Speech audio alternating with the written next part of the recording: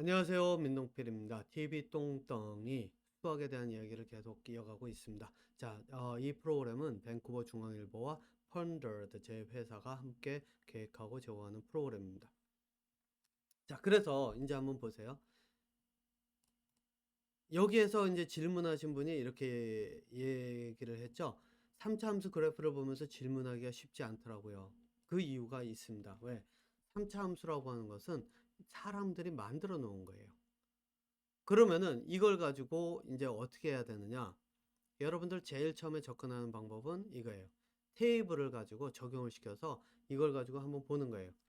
여기다가 저기 수를 대입해 보면 어떨까? 2를 대입해 보고 2를 대입해 보고 마이너스를 대입해 보고 어떤 식으로 나오는지 이런 것들을 찾아보는 거예요. 그러면서 여러분들 한번 보세요. 여기에서 만약 그래프가 이렇게 딱 나왔죠. 그렇죠? 그러면은 한번 보세요. 0을 지나가는 위치가 세 군데예요. 그런데 플러스는 하나인데 마이너스는 두 군데예요. 그러면 질문이 나올 수 있죠. 왜 마이너스? 질문이라고 하는 건 항상 이유를 묻는 질문이에요. 왜 마이너스에서는 그 0을 지나는 그 교차점이 두 군데가 생길까? 플러스는 왜 하나일까? 차이가 어디서 올까? 바로 이런 거죠. 제가 앞서서 말씀드렸죠. 마이너스라고 하는 그 개념이라고 하는 건 원래는 존재하지 않는다고요. 예, 실제로 이거는 플러스라고 하는 자연현상에서는 근데 조건을 잡아주면은 내가 기준점을 잡았을 때 이게 밑으로 내려갈 수 있기 때문에 마이너스를 집어넣는 것일 뿐이지 그 이상도 이하도 아니라고요. 그런데 보면은 바로 이게 있어요. 마이너스 점에서는 두 군데를 지나가요. 그런데 플러스 점에서는 한 군데를 지나가요. 왜일까요? 바로 수식에서 답이 나오죠. 예. 왜? x라고 하는 값이 어떤 값이 나오느냐에 따라서 여기에 마이너스가 들어가 있고 x라고 하는 것 자체가 부호 자체가 이제 2승이냐 3승이냐에 따라서 부호 자체가 막 바뀌니까 예, 이 바뀌는 부호가 바뀌는 것에 따라서 0을 지나가는 점이 두 개가 생길 수가 있고 하지만 플러스로 넘어가면 숫자가 커지기 때문에 그런 것이 생길 가능성이 적다는 것. 요거는 여러분들 여기서 제 생각을 보시면 돼요. C라고 하는 것이 제가 이것까지 들어가기에는 조금 시간이 많이 들어가겠네 걸리니까 여기서는 이제 이 내용으로 이제 그 굳이 제가 들어가지는 않고요. 아무튼 여러분들이 수를 대입을 해가면서 이것들을 찾아보면서 질문을 할 수가 있죠. 그 다음에 또 한 가지 해야 되는 거는 뭐가 있냐면요. 이것들을 사람들이 만들었을 때는 이유가 있어요. 자, 왜라고 하는 이유예요. 그러면 사람들은 이것을 왜 만들었을까? 그래서 실제로 역사를 찾아가야 돼요.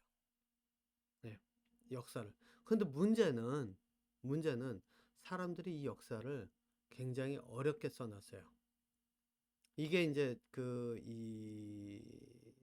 뭐라 그럴까요?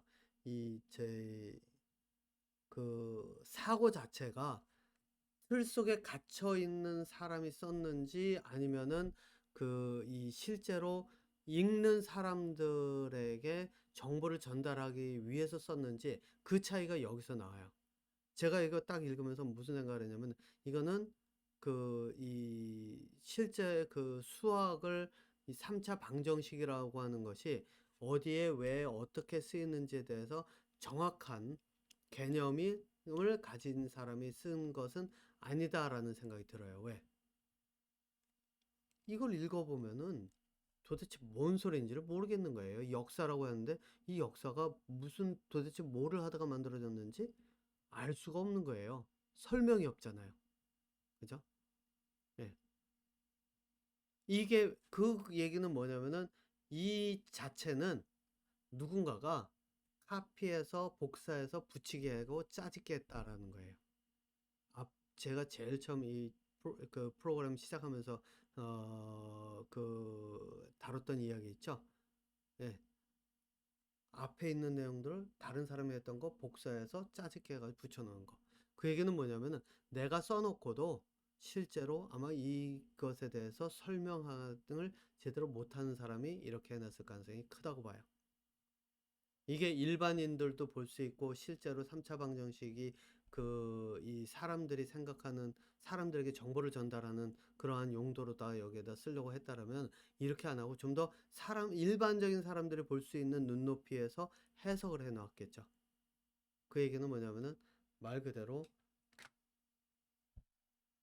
여러분들이 많은 공부를 하시는 분들이 예, 이 가르치고 배우는 것에 익숙하다 보니까 나 스스로 공부를 하면서 질문을 해가면서 찾지를 못하다 보니까 사람들이 일방적으로 전해주는 이러한 정보를 내가 외워서 시험을 볼 때 써먹어야지라고 해서 열심히 줄쳐가면서 외우고 바로 이러한 일을 벌리는 것밖에는 되지가 않는다는 거예요. 그래서 제가 얘기하는 게 배운다, 공부를 하실 때 특히 이제 생각할 때 나는 배운다, 누구를 통해서 배운다라는 생각을 접어야 된다는 거예요.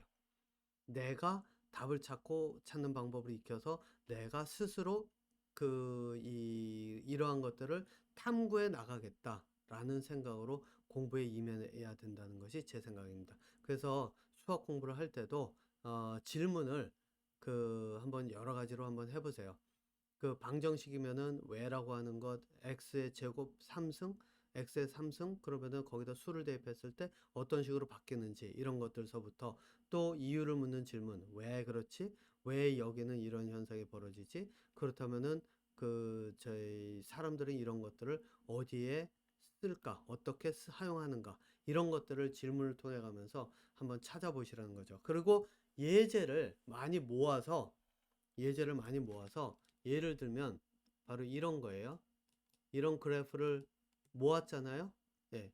이런 그래프를 내가 찾아 놨으면은 이 그래프를 얘네들은 이거를 어떤 계산 방식을 통해서 이렇게 했을까 이 생각을 하지 마시고 이 그래프를 통해서 내가 데이터를 뽑아서 어떻게 내가 저의 수식을 만들어 갈 수 있는가 이런 것들을 찾아가야지만 수학 공부를 좀 더 재미있게 원만하게 할 수 있어요. 그런데 문제는 뭐냐면은 그렇게 하려고 하면은 아마 엄청난 노력과 시간이 필요하다는 거죠. 일단 외워서 문제 푸는 거는 문제 푸는 거는 배워서 익히면 금방 되잖아요. 그런데 내가 찾아가는 걸 한다? 어렵죠. 근데 여러분들 이제 그 생각은 하셔야 돼요. 미래에 내가 무엇을 찾아가는 것에서는 내가 이걸 한번 해봤느냐, 아니면 단순히 가르쳐 주는 대로 배워서 따라갔느냐, 배운 방법을 써먹었느냐. 이 둘은 내 삶을 살아가는데 엄청나게 큰 영향을 미칩니다. 그래서 제가 얘기하는 게 그겁니다. 학교 교육이나 이런 교육이 바뀌질 않으면 사람들의 삶이 바뀌기가 어렵고 힘든 삶을 사람의 많은 사람들이 점점 더 힘든 삶을 살 수밖에 없다는 겁니다. 자, 요거는 좀 짧지만 제가 여분으로 조금 더 덧붙여서 가느라고 만든 6부라서 좀 짧게 해서 끝내도록 하겠습니다. 저는 다음번에 어느 주제가 될지 좀 생각을 해보고요. 새로운 주제로 다시 찾아뵙도록 하겠습니다.